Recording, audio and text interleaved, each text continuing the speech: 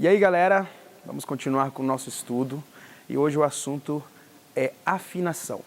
Afinação é um elemento básico do canto e consiste em você conseguir manter a frequência da vibração das pregas vocais numa determinada frequência estável. Complicado, né? Vou explicar melhor. Em outras palavras, você precisa combinar o som que você emite, que seria o som da sua voz, com o som que você está ouvindo, ou seja, um som externo. Por exemplo, uma música, um som de algum instrumento, enfim. O que seria a frequência estável? O tom é medido em hertz, ou seja, é a unidade que mede a frequência das ondas e vibrações. Mede o som. E a medida de frequência estável que usamos na música é a de 440 Hz, que corresponde à nota Lá3, ou a nota Lá na terceira oitava. E a partir daí, a afinação dos demais notas também ficam nesse padrão. Quando músicos se juntam para tocar, por exemplo, todos os instrumentos precisam estar afinados nessa mesma frequência. No caso, todos precisam estar afinados em 440 Hz, deixando assim a frequência estável ou a frequência equilibrada. Imagine a bagunça que seria se cada instrumento fosse afinado em alguma frequência diferente. Ia ser uma zona, né? Então o que você precisa fazer é cantar alinhado com esse padrão de afinação, assim como os instrumentos. Mas a vantagem deles, no caso dos instrumentos, eles podem ser afinados mecanicamente ou até eletronicamente. E nós, pobres cantores, não temos esse dispositivo facilitador, infelizmente. A forma que temos para nos alinharmos e mantermos a afinação é através da estabilidade do ar e do controle da musculatura das pregas vocais. No caso, o ar a gente estudou lá nos vídeos passados. Por exemplo,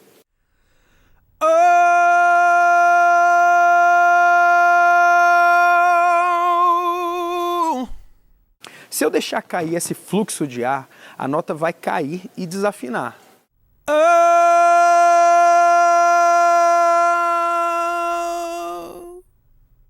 A voz já não estará mais no padrão de afinação que eu mencionei.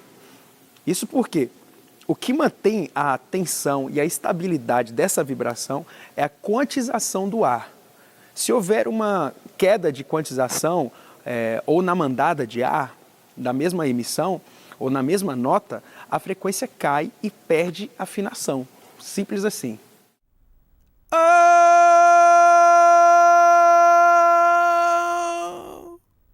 É a clássica desafinação. Algo importante para aprender é sobre o movimento das pregas vocais. Por falar nisso, o que são pregas vocais? As pregas vocais são fibras elásticas que se esticam e se relaxam pela ação dos músculos da laringe. Quando o ar passa por elas e as fazem vibrar, produz um som pelo qual nos comunicamos. As pregas vocais se aproximam e se afastam uma da outra. Elas se aproximam para vibrar e se afastam para respirar. Enfim, mas voltando no nosso assunto sobre movimento das pregas vocais, quando você faz uma nota aguda, ela se estica. E quando você faz uma nota grave, ela encolhe. Resumindo, é isso. Esse movimento acontece devido a duas forças que se combinam, que são chamadas de forças mioelásticas e forças aerodinâmicas. Falando português claro, é a força muscular e a força do ar, ok? O músculo se posiciona no determinado comprimento e quando o ar passa, ele vibra e mantém esse músculo nesse determinado comprimento. É uma ação conjunta. O ar mantém a estabilidade desse som passando com mais intensidade ou menos intensidade e isso vai depender do tom ou do volume da nota que você deseja. O ar é o estabilizador, por isso que eu estou insistindo tanto nesse assunto, porque o ar é o cara. Sem o ar, a gente não vive e muito menos canta ou fala. Mas ainda me prendendo um pouco nesse assunto dos músculos, é importante entender a função do grupo muscular da laringe. O músculo responsável por produzir o som grave da voz é o tiroaritenoideo. Ele é conhecido também como TA, que é bem mais fácil de falar, né, do que ficar falando desse nome aí, o nome do dito cujo. O TA são as próprias pregas vocais. Ele é um par, prega vocal direita e prega vocal esquerda. Quando você emite um som grave, por exemplo, ocorre uma contração somente desse músculo, do TA. Por exemplo,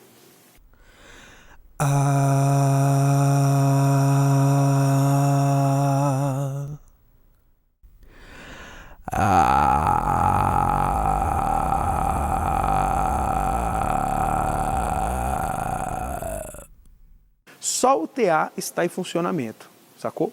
Já o músculo responsável pelos agudos é o cricoaritenoideo, complexo, né?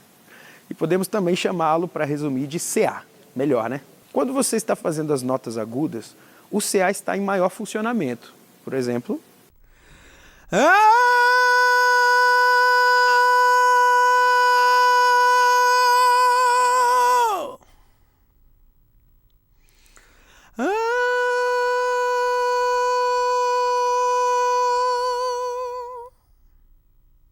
no caso do falsete, especificamente, que é uma voz soprosa, como eu disse lá na sacada, há uns dias atrás, somente o CA está contraído. Portanto, o TA, que é o tiroaritenoideo, está desligado. Ele desliga quando você entra no falsete, ok? Quando você faz notas medianas, nem tão agudas e nem tão graves, ambos estão em funcionamento. Os dois grupos musculares funcionam de forma homogênea. Se fizermos, por exemplo, uma transição de nota grave até uma nota aguda, por exemplo,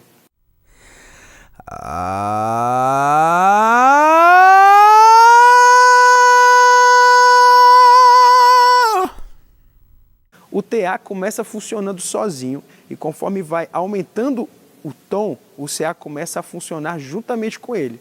Quando vai chegando na nota mais alta, o TA vai deixando de funcionar e quando finalmente chega no falsete, nota mais aguda, o CA está em funcionamento pleno e o TA desliga de vez. Sacou? Acontece uma transição de funcionamento na contração entre esses músculos, reforçando. No fry, desliga totalmente o músculo do agudo. E no falsete, desliga totalmente o músculo do grave. Cada músculo, seja grave, né, no caso do TA, ou agudo, no caso do CA, precisa de uma quantidade específica de ar para uma sustentação com maior qualidade. Então, a gente vai fazer o músculo funcionar agora com uma quantidade de ar suficiente para manter a estabilidade dessa nota. Por exemplo,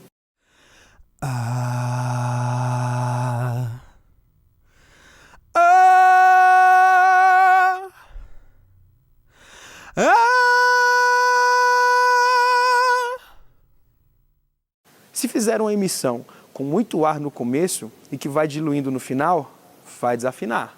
Por exemplo,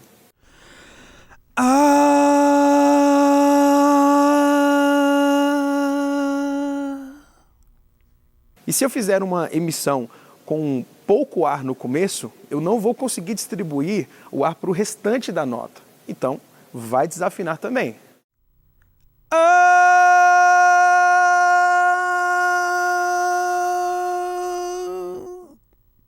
O que você precisa saber e entender é que você já precisa iniciar uma nota com uma parede de ar seguindo até o final dessa emissão.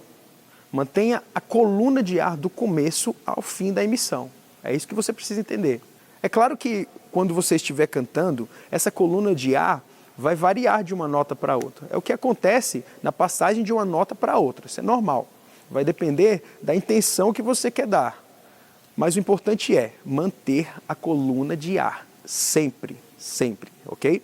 Quando você muda de uma nota para outra, seguindo uma progressão melódica dentro de uma escala, ou mesmo uma música, por exemplo, você pode ser que mude a quantização do ar, alterando a estabilidade da nota. Aí é necessário que você trabalhe a compensação desse ar, ou a homogeneização desse ar, né? Para manter essa nota. Ou seja, quando você vai passar de uma nota para outra, você aumenta a quantidade de ar.